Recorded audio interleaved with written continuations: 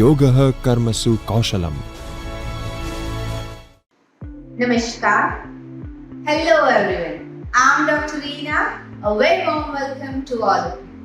Today we are going to discuss heroic tragedy, the grand stage of restoration drama. This is very important topic in restoration literature, and by the end of this session, you will clearly understand its background, features, major playwrights, and its significance. So let's begin.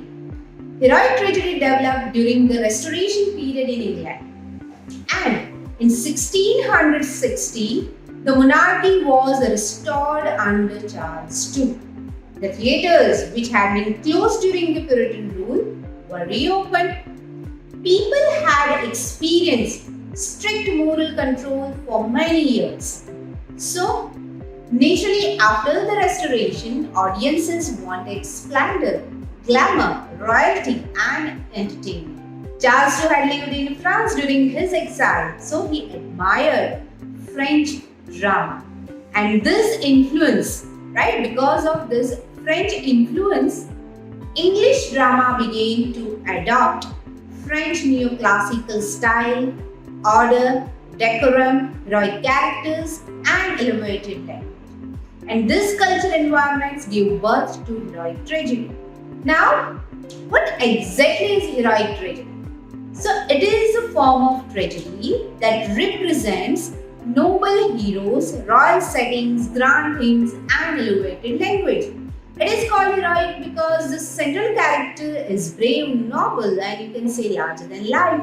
It is called a tragedy because the story involves serious conflict, suffering, and you can say sacrifice. In simple terms, heroic tragedy is a drama about great kings and warriors struggling between love and honor. And the most important playwright of this heroic tragedy is John Dryden. John Dryden is not only wrote heroic tragedies but also explained their theory. His famous heroic plays include The Conquest of Granda and Aurangzeb. John Dryden actually believed that tragedy should present extraordinary heroes who inspire admiration. He wrote most of his heroic tragedies in heroic couplets. You can say rhyming lines of iambic pentameter. And these rhyming lines made the dialogue sound musical, grand, and you can say formal. So now let's understand the main features of heroic tragedy. So the first and most important feature is the conflict between love and honor. And this is the central theme. The hero must choose between personal love and public duty. Should he follow his heart or should he obey honor and loyalty? This internal struggle creates dramatic tension. In the Conquest of Granda, the hero Alemzir faces exactly this kind of conflict. So remember, love versus honor is the backbone of heroic tragedy. Now, second features of heroic tragedy is noble and royal characters. The characters are not ordinary people. They are kings, queens, general, and princes. They behave in a heroic and exaggerated ways. Their focus is not on common life, but on royal courts and political power. Third feature, grand language and rhyme. Heroic tragedies are written in rhymed couplet, and this creates rhythm and significance. However, later critics felt that too much rhyme made the plays artificial. But even Dryden later moved to blank verse, all for love. This play is based on the story of Antony and Cleopatra, and it is more natural in style compared to the earlier heroic dramas. Another important feature is exotic setting. Many heroic tragedies are set in distant land like Spain, Africa, or India. For example, Aurangzeb is set in Mughal India. So this distant settings created romance, imagination, and grandeur. And they also allowed writers to explore political themes safely.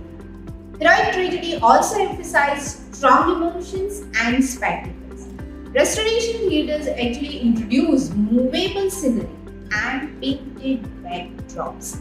And for the very first time, women performed on stage, and this made the theatre visually attractive and grand. So, heroic tragedy was not just about language, it was about spectacle too, right?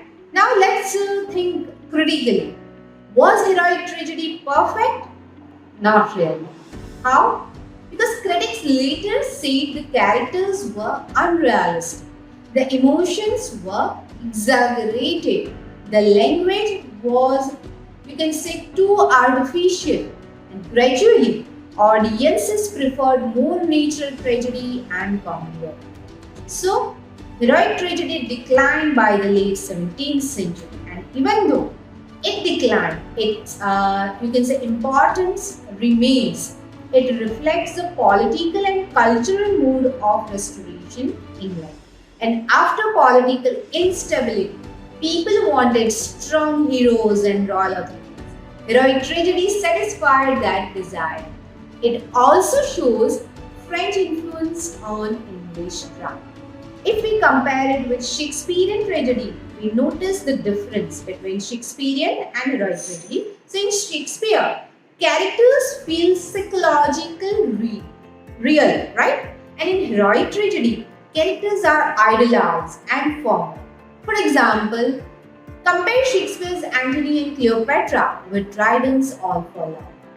Dryden makes the conflict more structured and moving. So, at the end, let's quickly revise. Heroic tragedy developed during the Restoration. Heroic tragedy was influenced by French neoclassicism. It focused on love versus honor. It used heroic couplets and was mainly written by John Dryden and reflected the grandeur of royal England. So, at the end, when you study heroic tragedy, don't just memorize features only, but try to understand its historical background. Try to see how literature changes with politics as well as culture. So, heroic tragedy represents a moment when English drama wanted to appear grand, powerful, and royal. And that is why we call it the grand stage of Restoration drama. So, I hope you enjoyed this session. Keep reading, keep learning, and keep enjoying life. Thank you. Namaskar.